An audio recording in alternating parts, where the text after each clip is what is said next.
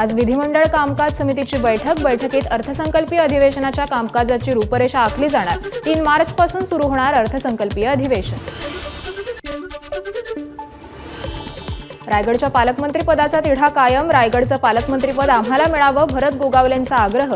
तर आदित्य तटकरेंच्या पालकमंत्रीपदाबाबत महायुतीचे वरिष्ठ नेते ठरवतील, गोगावलेंचं वक्तव्य।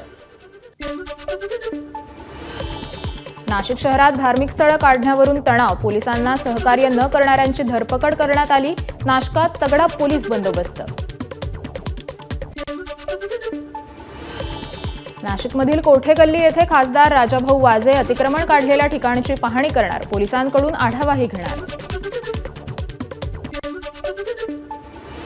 नाशिक शहरातील तणावानंतर पोलीस आयुक्त कार्यालयात पार पडली महत्त्वपूर्ण बैठक। सकल हिंदू समाजाच्याकडून करण्यात आलेलं आंदोलन 7 दिवसांसाठी स्थगित। प्रकरण न्यायप्रविष्ट असल्यानं 3 मार्चला सुनावणीनंतर हिंदुत्ववादी संघटना पुढची भूमिका ठरवणार। स्थानिक लोकांची मागणी असल्यानं अनधिकृत धार्मिक स्थळावरील अतिक्रमण काढलं, मात्र धार्मिक स्थळं अजूनही तिथेच। नाशिकमधील तणावानंतर मंत्री गिरीश महाजनांची प्रतिक्रिया। नाशिकच्या काठेगल्ली परिसरातील धार्मिक स्थळाची पोलीस आयुक्त संदीप कर्णिक यांनी केली पाहणी। शहरातील वातावरण शांततापूर्वक असल्याची आढावा घेत दिली माहिती। मंत्री गिरीश महाजन आणि गुलाबराव पाटील आज जळगाव दौऱ्यावर, विविध कार्यक्रमाला राहणार उपस्थित। जेलमध्ये वाल्मिक कराडला चहा आणि काही आरोपींना मटण पुरवल्याचे पुरावे। सुरेश धसांचा खळबळजनक आरोप। सरपंच संतोष देशमुख हत्या प्रकरणातील आरोपींना व्हीआयपी ट्रीटमेंट, धसांचा दावा। महादेव मुंडे हत्या प्रकरणात पोलिसांची मिलीभगत, त्याशिवाय एवढी मोठी हत्या होणार नाही, सुरेश धस यांचा गंभीर आरोप।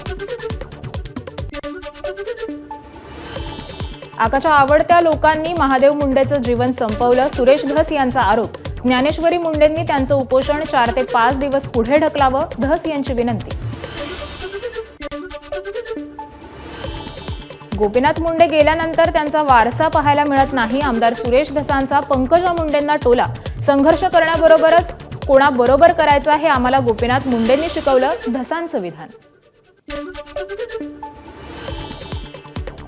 भाजप आमदार सुरेश धस यांचा परळीत विरोध। काळे झेंडे दाखवून मुंडे समर्थकांनी धस यांच्या विरोधात जोरदार घोषणाबाजी केली। परळीच्या सिरसाळा गावात सुरेश धसांना काळे झेंडे दाखवले। मुंडे समर्थकांकडून सुरेश धस यांची गाडी अडवण्याचा प्रयत्न।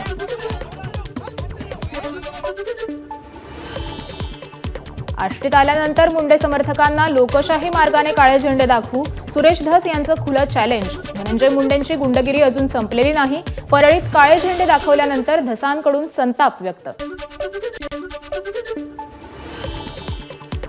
इतक्या क्रूर माणसाला भेटण्याची गरज नव्हती, सुरेश धस यांनी आमदारकीचा राजीनामा द्यायला हवा। धस यांनी देशमुख आणि मुंडे कुटुंबियांची भेट घेतल्यानंतर मनोज जरांगेंची प्रतिक्रिया।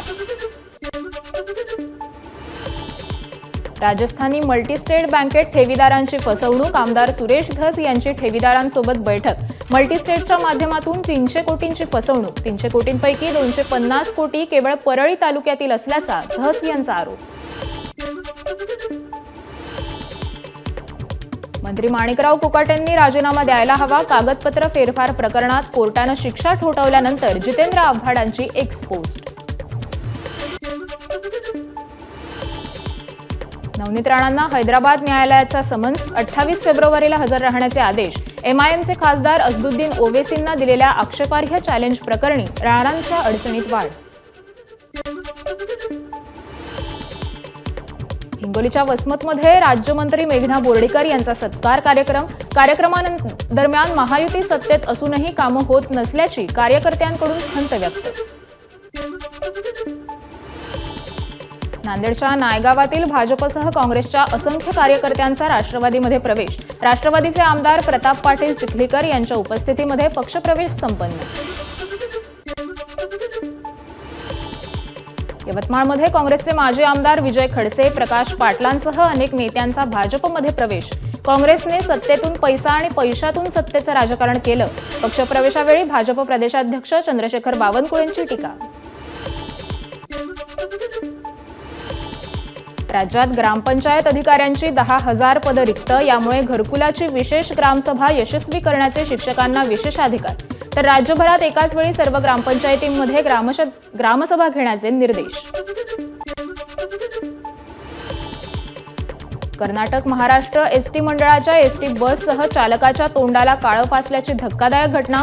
फडणवीसांशी चर्चा करून कठोर निर्णय घेणार. परिवहन मंत्री प्रताप सरनाईकांकडून संताप व्यक्त. बेळगावात एसटी चालकाला मारहाण झाल्याच्या प्रकरणी कर्नाटकमधील बस फेऱ्या रद्द. परिवहन मंत्री प्रताप सरनाईक यांचे आदेश. प्रवासी आणि कर्मचाऱ्यांच्या सुरक्षेसाठी निर्णय. कर्नाटकात एसटी महामंडळाच्या बससह चालकाला काळं फासल्याप्रकरणी पुण्यातील लक्ष्मीनारायण चौकात ठाकरेंच्या शिवसेनेचं आंदोलन. मराठी माणूस फक्त निवडणुकीपर्यंतच हवाय का? ठाकरेंच्या शिवसेनेचा सवाल. पंढरपूरमधील विठ्ठल मंदिराच्या जीर्णोद्धाराचं काम अतिशय संथ गतीनं सुरू ठेवल्यामुळे ठरवलेल्या वेळेत काम पूर्ण होण्याची शक्यता कमी.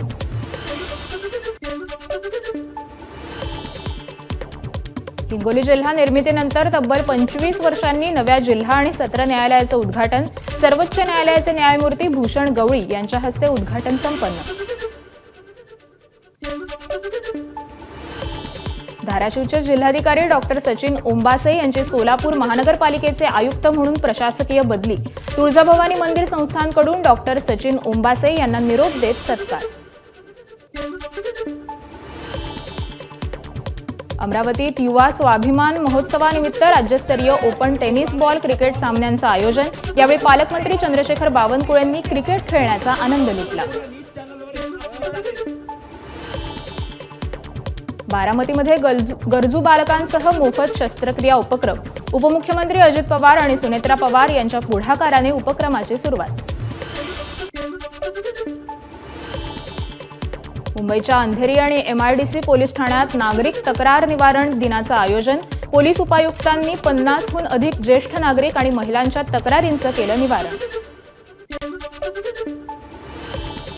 नांदेडच्या अर्ध्यापूरमध्ये रोजगार मेळाव्याचं आयोजन. बेरोजगार तरुणांची मेळाव्याला गर्दी. रोजगार मिळवण्यासाठी 4,000हून अधिक युवक आणि युवतींची नोंदणी. ठाण्यातील दिवा परिसरातील बेकायदा इमारतींवर लवकरच हातोडा. कारवाई विरोधात स्थानिक संताप. पास लावून घेतलेला प्रतिकात्मक पुतळा लावून नागरिकांकडून निषेध व्यक्त. घाटकोपरच्या पूर्व द्रुतगती महामार्गावर होर्डिंग कोसळलेल्या होर्डिंगपासून 100 मीटर अंतरावर उभारलं नवं होर्डिंग. स्थानिकांकडून संताप व्यक्त. आवश्यक बाबींची पूर्तता केल्याचा पालिकेचा दावा. नवी मुंबईच्या खारघर तळोजा परिसरातील परिवहन बसेसची संख्या कमी. बसांसाठी तासनतास वाट पाहावी लागत असल्यानं प्रवासी त्रस्त. पुढील महिन्याभरात परिवहन सेवा पूर्ववत होईल. महानगरपालिका आयुक्त कैलास शिंदे यांची माहिती. ABP माझा, उघडा डोळे बघा नीट.